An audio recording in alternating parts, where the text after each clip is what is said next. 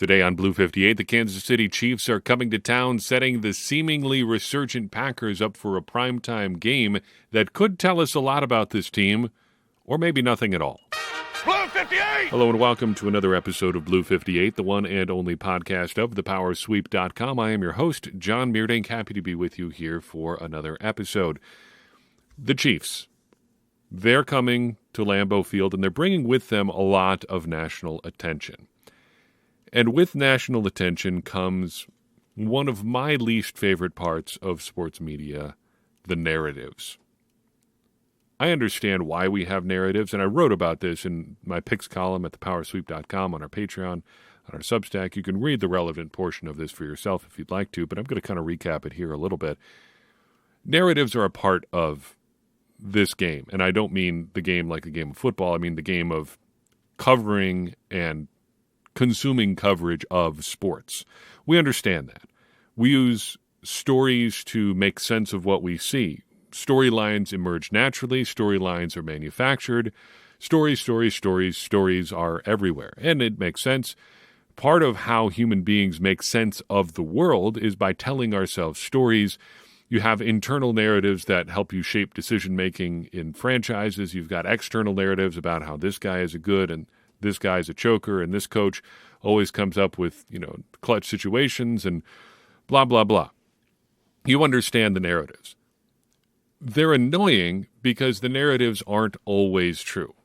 We talk about how some guys get credit for things that they don't deserve. We talk about guys who are underrated. Well, you can't have a guy who's underrated unless there's a story out there that's rating other guys ahead of him, and, well, you understand how that might happen and grow and kind of metastasize over time.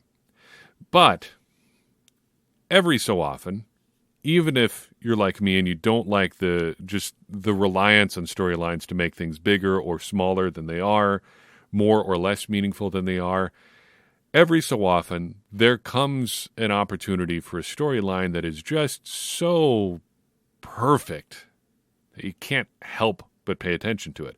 And that's where I find myself this week, because the Packers get the Chiefs at Lambeau Field, which would be an interesting enough game on its own. We'll talk about the Chiefs and their greatness over the years, the recent years, in a second. But the real connection is Jordan Love, because the first time we got to see Jordan Love in any meaningful capacity, and we saw him at the end of the Packers' season opening loss to the Saints in 2021. But the first meaningful experience we got with Jordan Love was his start on the road in Week 9 of the 2021 season, a game the Packers lost, in part because Love didn't play overly well. But now Jordan Love is the guy in Green Bay. Aaron Rodgers is off attempting a late-season comeback for the Jets, and Jordan Love appears to be settling into his role as the Packers' starting quarterback in a way that we really haven't seen from him yet this season. He's just been growing a lot over the course of this year, and certainly he has taken great strides since 2021. So that, I think, is the focus of this game as things come in, but it's not the only thing. You've got Jordan Love. How far has he come since 2021? You've got the Packers going up against a good team, and with respect to the Lions, who I think are a good team, you've got the Chiefs in an entirely different category, a multi-time recent Super Bowl winning team, the defending champs, the defending league MVP, the defending Super Bowl MVP in Patrick Mahomes, both of those categories. All of the other great aspects of this team come to Lambeau Field, and the Packers, who have been playing much better over the past month, suddenly get to test themselves against this team. How do the Packers stack up? How do the Packers playing at home, getting into rhythm, setting themselves up maybe for a run for the playoffs? We're going to have a mini run the table here over the last month of the season or so.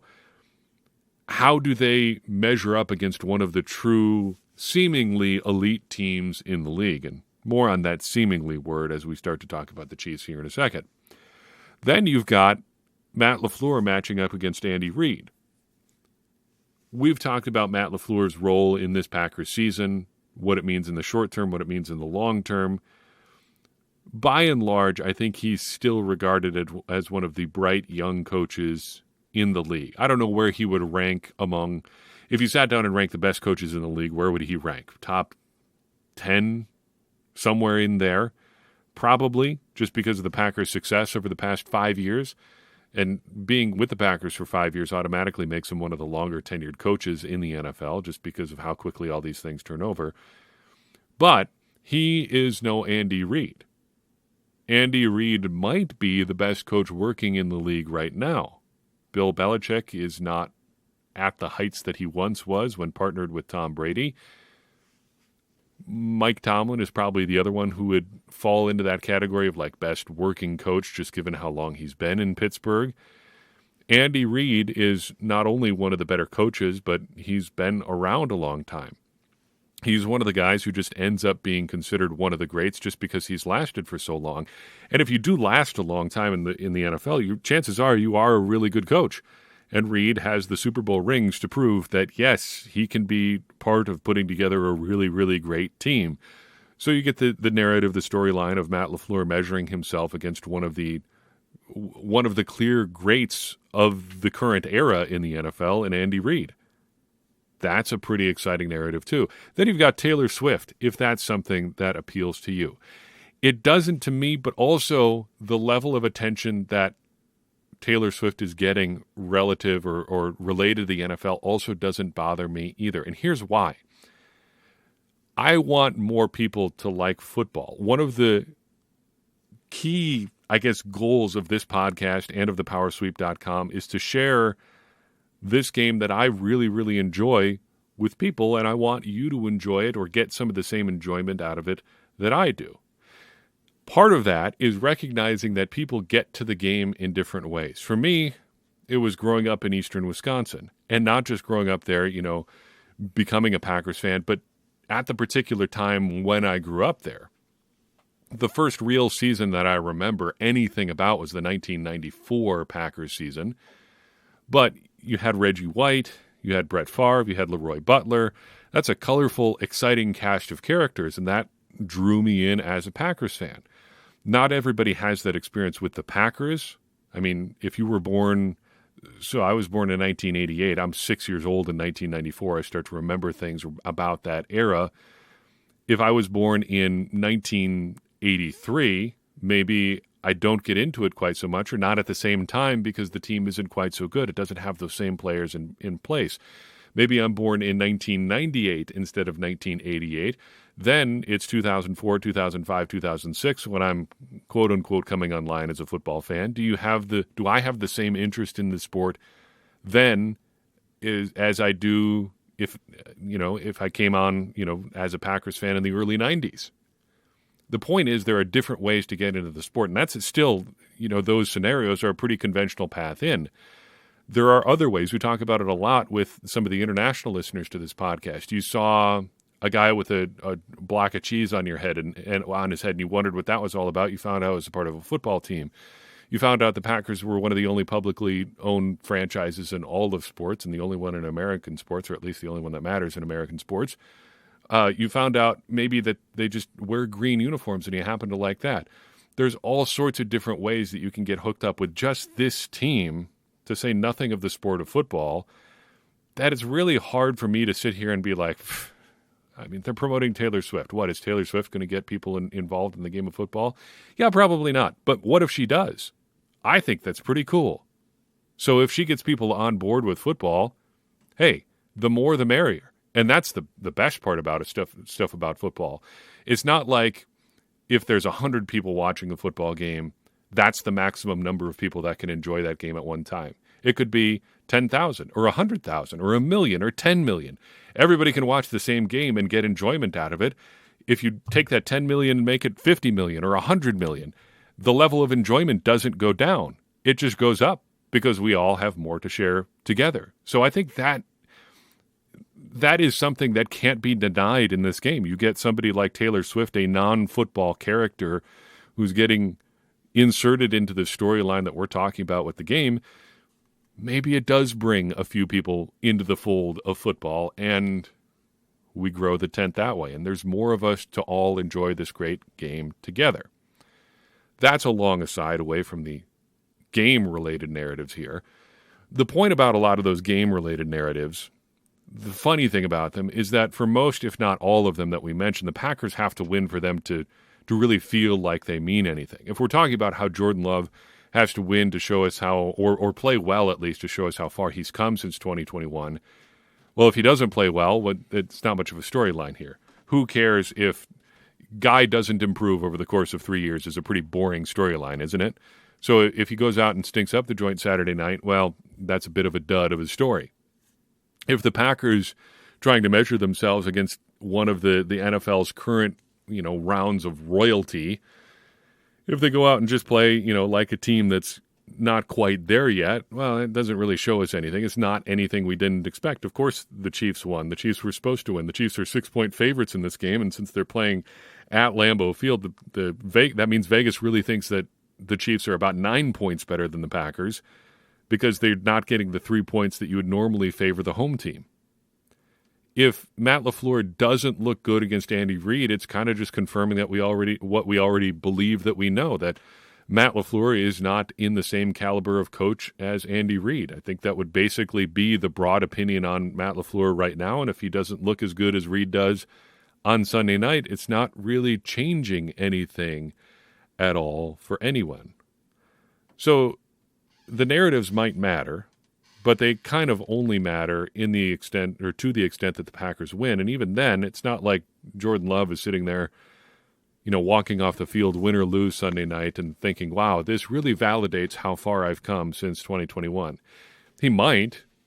It'd be hard for that to not cross your mind at least a little bit, given how much everybody has talked about it, how it was Love's first real exposure to the limelight in the NFL. It would be hard to not think about that at least a little bit. So, is there a chance that the Packers can actually make that happen? Can they win? Can they pay off those storylines in a meaningful way? To answer that question, we have to talk about, I guess, one related question, and that question is, how vulnerable are the Chiefs? How realistic is it for the Packers to think that they might upset the Chiefs in a primetime game and really shake up this conversation around this team, around Jordan Love, around Matt LaFleur, around all of those things? And those are just example storylines, by the way. Some of those kind of made up. Some of those have a little bit more legs to them. So, can the Packers actually do that? What do we know about the Chiefs? 8-3 so far by our reliable expected wins metric. They're 7.6 and 3.4 on the season, basically saying that they're about where you would expect them to be. They're not unusually lucky or anything. They're not getting breaks that have inflated their record or really just hammering away in one-score games to make it look like they're better than they are. That's about what you would expect from the Chiefs record-wise. However, the Chiefs have so far this season been what I would say is uncharacteristically poor on offense. They are just 11th in scoring so far this year, 7th in passing yards, 7th in scoring percentage. Of course, we are breaking out the world's smallest violin here. We're not even a full year removed from them hoisting the Lombardi Trophy. Oh, you won the Super Bowl in February, and now you're only the 11th best scoring offense in football. Cry me a river, good grief. But also, we have to acknowledge that you do get graded a little bit differently when you are the defending champs, when you've got the defending MVP, the defending Super Bowl MVP, Andy Reid, Travis Kelce, Chris Jones, blah, blah, blah. The Chiefs have a lot of good players. They just won the Super Bowl 9.5 months ago. Yeah, of course, it's going to seem like they're having a little bit of a down year when you're coming off a year where you were the wire-to-wire, presumptive Super Bowl favorite, and then you go on and win the Super Bowl. And your quarterback is MVP, and then he plays well in the playoffs, and you win another Super Bowl. Yeah, you're going to get looked at a little bit differently. Anyway, when you talk about their offense being a little bit uncharacteristically poor, a lot of that shows up in Patrick Mahomes' stats. Just running down a few highlights. He's on pace for a career low in yards per game. He's throwing interceptions at the highest rate in any season of his career other than his rookie year, which hardly counts. He's got the lowest success rate of his career, which is an interesting stat. Basically, success rate measures how often you're getting the yards you're supposed to get on a given play that are basically going to keep you on track for getting a first down. He's at the lowest rate of success in that metric of his entire career. To circle back to where we were in the last episode, talking about adjusted net yards per attempt, he's got the lowest figure of his career in that metric as well. You can carry on down the list, pick your stats. Chances are they're not going to be as good as what you'd expect from Patrick Mahomes. So why is that? Quite simply, his pass catchers are not very good. Break it down as simply as possible. He's currently only got 3 guys that have over 300 yards on the season. Travis Kelce, who you would expect. Rashee Rice, a rookie who we liked a lot in the pre-draft process. And Justin Watson, a career backup who has already surpassed his career high in yards. He's been primarily a special teamer until last year with the Kansas City Chiefs. Now with 332 yards on the season, he has a career high in yardage in like his 6th or 7th NFL season. For comparison, the Packers currently have 5 guys who have more than 300 yards on the season. And I don't know if people would characterize the Packers' passing offense as being wildly productive, but at least if you look at it that way, the Packers are getting more guys who are producing reasonably good statistical outputs than the Chiefs are. Whether you like that comparison or not, the overall point is that their pass catchers aren't great, and that is partly because some guys that the Chiefs have dumped a whole bunch of resources into have not been performing as well as you would expect or hope if you were the Chiefs. For instance, 2022 free agent signing Marquez Valdes-Scantling, there's a name you may recognize, his 15 catches on the year for 248 yards and a touchdown and 1 highlight reel drop that you've probably seen going around the internet of late. 2022 second-round pick Sky Moore has just 20 catches for 239 yards and 1 touchdown on the year. 2022 trade acquisition Kadarius Toney, a former first-round pick of the New York Giants, has 22 catches for 139 yards and 1 touchdown. 2019 Chiefs second-round pick Mecole Hardman, who signed with the Chiefs this spring only to then be traded back to the Chiefs, has just 8 catches for 41 yards in his time with the Chiefs this year. On top of that, and I know he's not primarily a pass catcher, but 2020 first-round pick Clyde Edwards-Helaire is basically a non-factor in the Chiefs' offense. 38 carries, for 134 yards and a touchdown this year, 30 catches, 196 yards, and 1 touchdown. So does that mean that the Chiefs are vulnerable if you just manage to slow down their offense at all? Well, unfortunately, no, because their defense is really good. Defensive coordinator Steve Spagnuolo, who made Jordan Love's life a living hell in 2021, is doing a great job, and he's got the horses to continue to make it, well, a great season defensively for the Chiefs. So far this year, they are 3rd by points allowed, 4th by yards allowed, 5th by EPA per play allowed. They are 4th by EPA in drop-back passing, though 2nd worst against the run. More on that in a second. Weirdly, they are only 20th in takeaways. You kind of would expect them to be higher given how strong their overall defensive number. They just have 14 takeaways on the season so far, but they're making up for their lack of takeaways with a lot of sacks. They are 5th in the league in sacks. 2022 first-round picks George Karlaftis leads the team with 8 right now. All-league defensive tackle Chris Jones has 7.5. They've also got 3 more guys who have at least 3 sacks so far this season.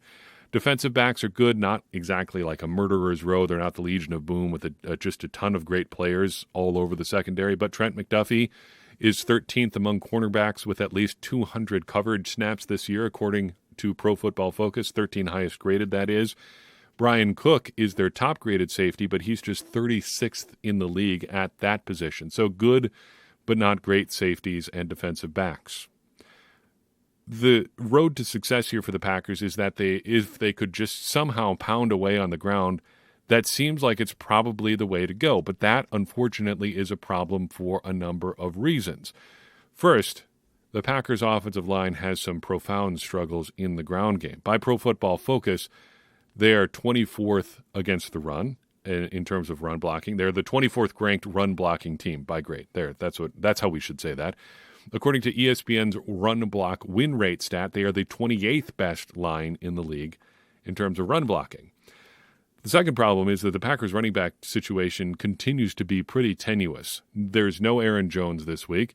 A.J. Dillon is a bit dinged up, though he is practicing now. Patrick Taylor, for as much as we love him on this show, has his limits. Beyond that, you've got James Robinson back in the fold. We covered him last week. You've got Ellis Merriweather, who Matt LaFleur is saying some positive things about, but he doesn't have a lot of, overwhelming numbers that would make you excited about what he can probably do. That is basically it. The Chiefs are most vulnerable against the run. The Packers don't seem like they can run the ball particularly well. And if the Packers end up in a situation where they need to pass a lot, you're going to be vulnerable to the Chiefs' hellacious pass rush, their very high blitz rate. We'll talk more about that in a second. And they're pretty good defensive backs. So what do we need the Packers to do then? I think it's going to be a pretty important game to do things quickly on offense. Quick, conservative, short, fast. Crossers, short outs, stuff like that. Consistency is going to be the key for the offense. There may not be a lot of opportunities to go for real big plays down the field in the passing game, which is probably just as well because that's probably the weakest area of their passing game right now. If there's anything that you can say that Jordan Love does really well, it's attacking the short to intermediate areas of the field, especially the intermediate stuff. That's been really fascinating to watch him develop that part of his game over the course of the season. The arm angles, the ball placement, the throws that he will try, the ways he will get to throws that he wants to try as he sees and senses plays develop, just setting himself up to rifle a pass sidearm and stuff like that. That is a different kind of arm talent than I think we're talking about. We're usually used to talking about when you talk about a guy who has, well, to use the phrase we've come back to a lot from Dane Brugler's scouting report for The Athletic, quote-unquote, immense arm talent. Usually if you hear phrasing like that, you think about a guy who's just got a cannon on his shoulder who's going to be launching lasers all over the field. That really hasn't been Jordan Love to this point in the season, but he's not throwing rocket balls, but what he is doing a lot of bendy arm trick shot type stuff. He's got all the throws. They're all in there.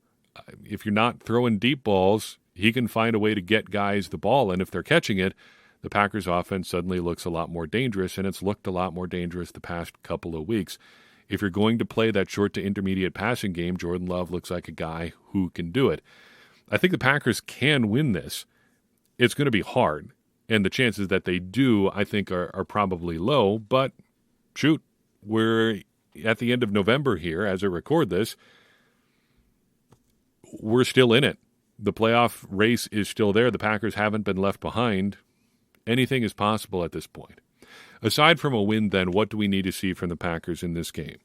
Let's get it out of the way right off the bat here. Well, right off the bat, 20-something minutes into this podcast. I don't believe in moral victories. This is not a situation where we can say, hey, the Packers gave it their all. They got to feel good about themselves for just keeping it to within 7 points or 10 points or whatever on the Chiefs. I don't think that's the way that we should look at this game. However, having said that, a victory doesn't necessarily matter either. It would be nice to have, but the Packers really have to go just 4-2 the rest of the way to have a reasonable shot at the playoffs. If they win out, they're in for sure, but if they go to 4-2, that gets the Packers to 9-8, and I think that might be good enough to get things done the way the NFC playoffs are shaping up. Packers are probably going in as a 7th seed regardless. 9-8 probably gets you there at this point, especially if they're going 4-2 the rest of the way. A win would be nice to have, but it's not necessarily going to dash the Packers' playoff hopes here either because they've got a bunch of winnable games on their schedule. You start talking about the Giants, the Buccaneers, the Panthers, the Bears. That sounds like 4 very winnable games right there. Who knows what the Vikings are going to look like by the time we get to Week 17. This game may not end up mattering all that much in their playoff hunt, is what I'm trying to say. But even if we're not saying that the Packers, can get a feel-good game out of this, even if we're saying they don't have to necessarily win, there are a few things that I think we should be watching for here. We extend that metaphor that we trotted out a few weeks back about this being like an extended preseason. What are we looking for in this preseason where we're not necessarily counting on the Packers to get to the playoffs anyway, but if they do, it's a fun bonus?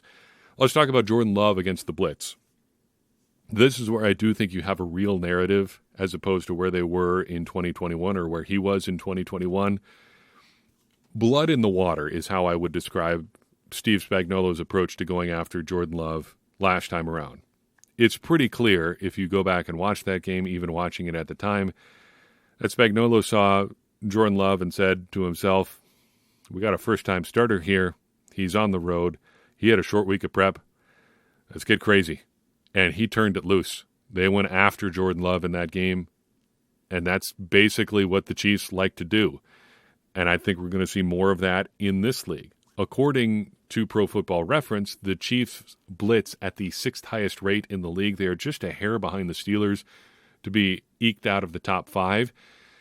And in 2021, Jordan Love did not handle the blitz particularly well. He went 7 of 18 that day against the blitz for 40 yards. Did end up throwing a touchdown, but it was a tough go. I mean, 18 attempts for 40 yards, that's a lot of work for not a lot of return on your investment there. So far in 2021, he hasn't necessarily been markedly better against the blitz. So far this year, 16 of 30 for 112 yards, 1 touchdown, and 1 interception when he's blitzed. Again, not like making enormous strides there, but honestly, who's great against the blitz? There aren't a lot of quarterbacks where you sit there and say, that's a guy that likes it when they bring extra pressure. That's kind of the point of bringing extra pressure in it, isn't it? You make the quarterback uncomfortable, and you're counting on that to speed up his decision-making process, make him uncomfortable.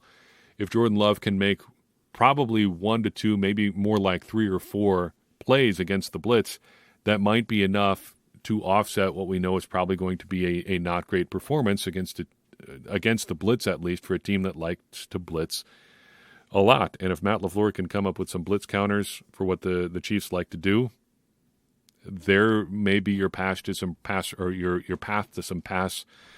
game productivity. That's what I'm trying to get to. A lot of P's in there. Secondly, let's see the Packers defense versus the Chiefs offense. The Chiefs offense hasn't been as great as it historically has been. We're not looking at the greatest show on turf or the greatest show on, well, oddly brown-colored grass if you look at how Arrowhead Stadium typically looks at this point of the year. But the Chiefs have a lot of guys that are pretty scary.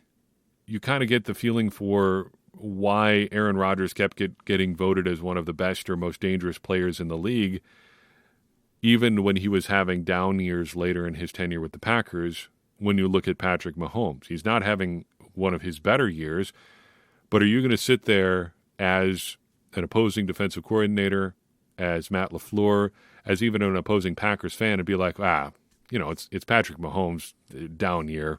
We don't have to worry about him. No, he's going to terrify you every time he has the football because he still has all of those attributes that make him a great quarterback. He just, it hasn't come together on offense, but it could at any time. So how does the Packers defense handle that? How do they handle Travis Kelce? The Packers defense is coming off one of their better games, probably its best pair of games if you go back to the Chargers game. If you put the whole month together, the Packers have been on a little bit of a defensive hot streak here, though they did get gashed pretty well on the ground against the Steelers. Can they continue to play well? Because if the Chiefs are having another down game on offense and the defense can keep the Packers' offense in it, that's just giving you a chance, and that's all you hope for in a game like this against a really good team. I feel like this has been a perpetual talking point of late, but I think we got to watch what we see from the Packers' offensive line this week. Rasheed Walker and Yosh Nijman are trading places all the time, as are Sean Ryan and John Runyan. Not all the time, but you understand what I'm saying. I think by this point, we're just on the lookout for a situation where one of these guys makes an egregious mistake or a series of egregious mistakes and really gets himself behind the other guy in this pecking order. The offensive line is obviously going to be tested in this game. The Chiefs have some players who can really push you around up front and make you pay.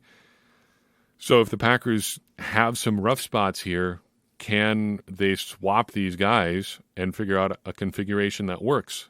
Because if you're going to be moving these guys around a lot, you might as well keep moving them if you start having some rough spots against a pretty solid Chiefs pass rush. And how do they handle the tricky things that the Chiefs are going to want to do up front anyway? That gets to be a pretty convoluted question there, and one that we're just going to have to watch play out on Sunday night. Finally, can the Packers' ground game manufacture anything? The opportunities seem to be there against the Chiefs, even if you assume that other teams are just behind against the Chiefs and aren't running all that much. Stuff like EPA points to the idea that even when teams are running, when games are relatively close, the Chiefs just aren't stopping them all that much or all that effectively. If the Packers can get anything going against on the ground against the Chiefs, there is one of your paths to victory. beating the blitz and moving the ball effectively on the ground is going to help the Packers at least stay competitive in this game. If they can do that, who knows what can happen? Anything can happen. And anything that does happen can shift the narrative in profound and dramatic ways. And really, that's just what we're looking for as fans. Stories are really all that we have. We can't affect the game in any meaningful sort of way, so at least we might as well hope for the best and try to get an interesting story out of it. And if the Packers come up with a win on Sunday Night Football against the Chiefs, we're going to have some pretty cool stories to enjoy throughout the month of December for this Packers team. That's all I've got for you in this episode of Blue 58. I appreciate you tuning in. I would appreciate it even more if you'd take a second and share this episode with someone who you think would enjoy it. That's going to help more people find the show.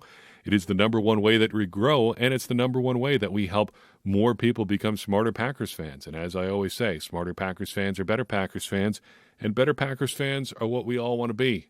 I'm your host, John Meerdink. We'll see you next time on Blue 58.